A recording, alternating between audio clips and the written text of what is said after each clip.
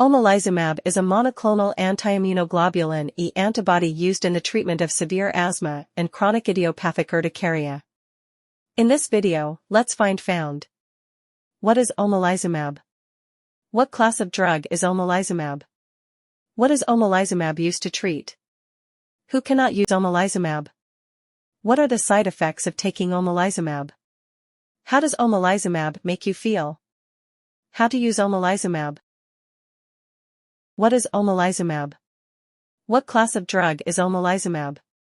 Omalizumab, sold under the brand name Xolair, is a medication to treat asthma, nasal polyps, and urticaria. Omalizumab is a recombinant DNA-derived humanized IgG1 monoclonal antibody that specifically binds to free human immunoglobulin E, IgA, in the blood and interstitial fluid and to the membrane-bound form of IgA, MIGE, on the surface of MIGE-expressing B lymphocytes. What is omalizumab used to treat? This drug is an anti-IgE antibody indicated for moderate to severe persistent asthma in patients 6 years of age and older with a positive skin test or in vitro reactivity to a perennial aeroallergen and symptoms that are inadequately controlled with inhaled corticosteroids.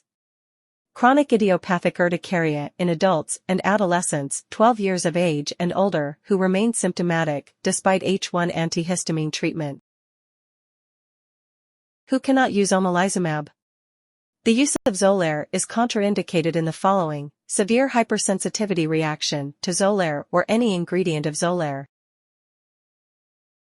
What are the side effects of taking omalizumab? Common adverse effects include pain, redness, swelling, warmth, burning, bruising, hardness, or itching in the place omalizumab was injected. Pain, especially in the joints, arms, or legs. Tiredness.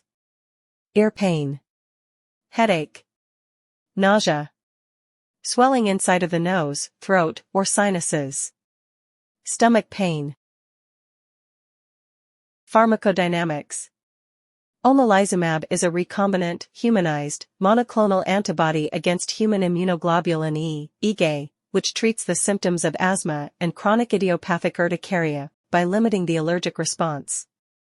It inhibits the binding of IgA to receptors on mast cells and basophils, blocking the IgE-mediated secretion of inflammatory mediators from these cells. Mast cell activation and the release of mediators, in response to allergen exposure and IgA, results in a cascade of events. This cascade culminates in the activation of B lymphocytes, T lymphocytes, eosinophils, fibroblasts, smooth muscle cells, and the endothelium. This cellular interaction, as well as the release of cytokines, chemokines, and growth factors and inflammatory remodeling of the airway results in chronic asthma. After 4 weeks of use of this medication in patients with chronic urticaria, it was found that rescue patient use was reduced significantly and quality of life improved. How does omalizumab work? The following are explanations of the mechanism of action for both indications of this drug. Asthma. Omalizumab inhibits the binding of IgA to the high-affinity IgA receptor, FCRE, on the surface of both mast cells and basophils. The reduction of surface-bound IgA on FCRE-bearing cells limits the degree of release of mediators of the typical allergic response. Treatment with omalizumab also reduces the number of FCRE receptors on basophils in atopic patients. Omalizumab binds to free IgA with a higher affinity than IgA itself binds to the high-affinity Fc receptors found on basophils. Therefore, it decreases the availability of free IgA for binding. Omalizumab by itself does not bind to the Fc receptors, nor does the drug bind to receptor-bound IgA. These binding characteristics allow omalizumab to neutralize the typical IgE-mediated receptors without causing the degranulation of basophils or cross-linking with basophil-bound IgA. Chronic idiopathic urticaria.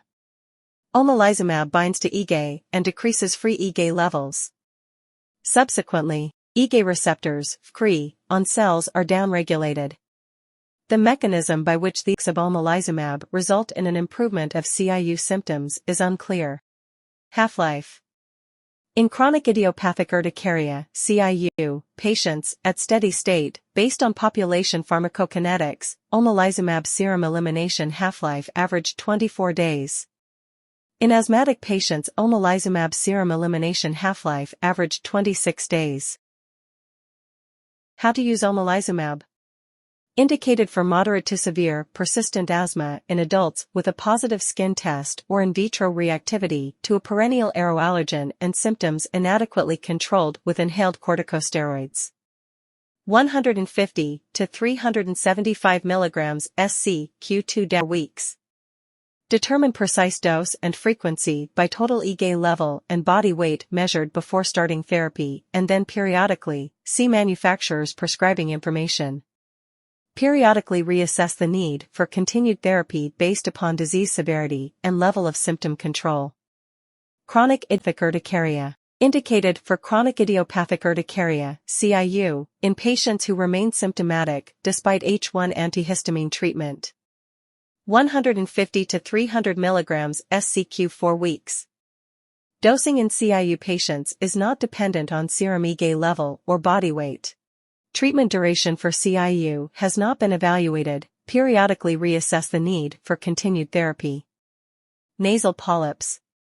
Indicated for add-on maintenance treatment of nasal polyps in adults aged greater than or equal to 18 years with inadequate response to nasal corticosteroids.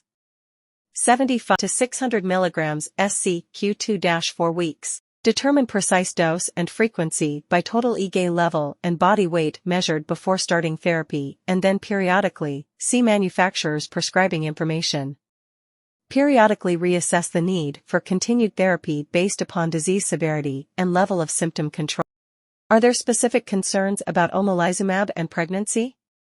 Although omalizumab is classified as pregnancy category B, it is still recommended not to use it in pregnant women unless the benefit outweighs the potential risk. That's all the information about omalizumab we collected.